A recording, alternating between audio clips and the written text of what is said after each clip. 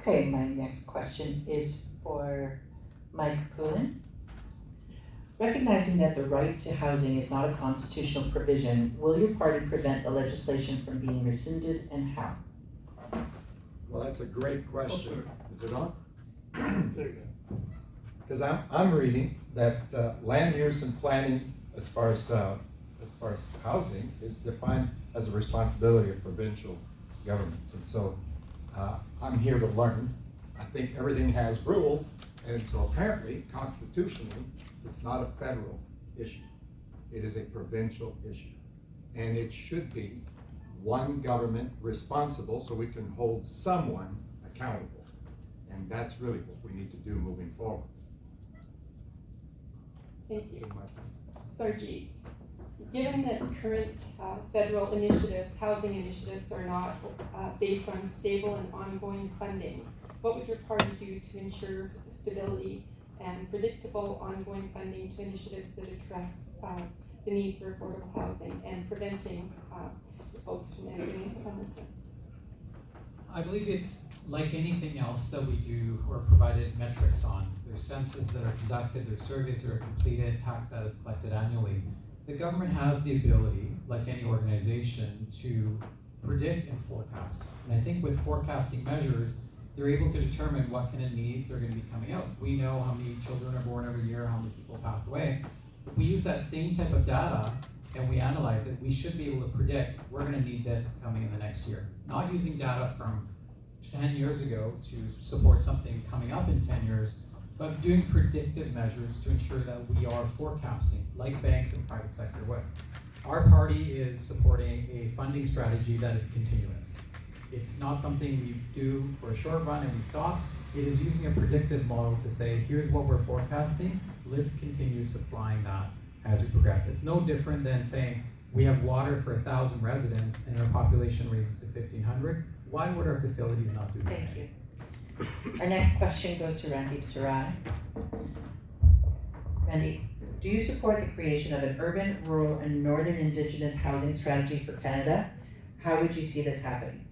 Well, we were the first ones to do a national housing strategy ever in Canada, which was just completed last year, and we committed over $55 billion over 10 years on a very comprehensive strategy, right from affordable housing for the homeless to affordable rental housing, new initiatives to replace old dilapidated rental places and bring new, fund co-ops, and another $687 million is being funded towards Indigenous urban and rural communities outside of our reserves. So I'm absolutely in favor of doing an Indigenous housing strategy, and so is our government, to cover all sectors of those, whether they're on bans or off-ban life, like Surrey Centre, which has one of the largest Indigenous populations in Lower Mainland.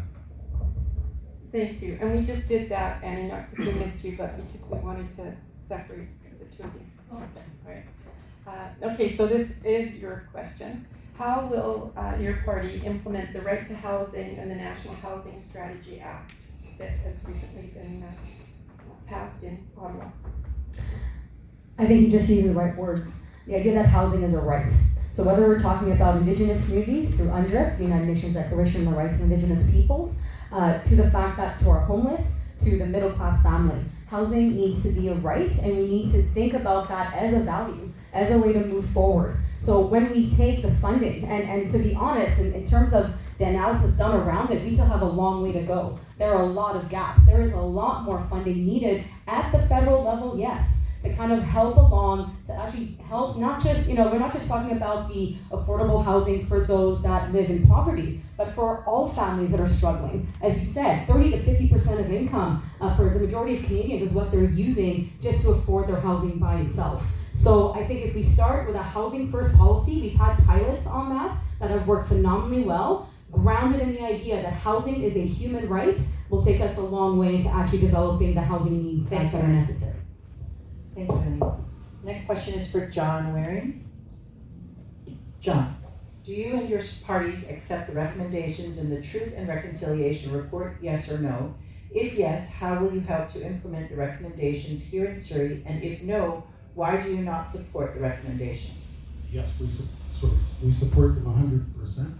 And there's a whole suite of recommendations we would like to see implemented immediately across the land, not just in Surrey, but I would be fighting in particular for our First Nation people here. But there is the issue too of all of the policies and procedures that are being put in place are foot dragging. They're not moving ahead fast enough. And the Green Party is going to be standing there, holding people's feet to the fire to say, here are the policies and procedures that we need to follow up on, and let's get it done, and get it done right now. So Joel,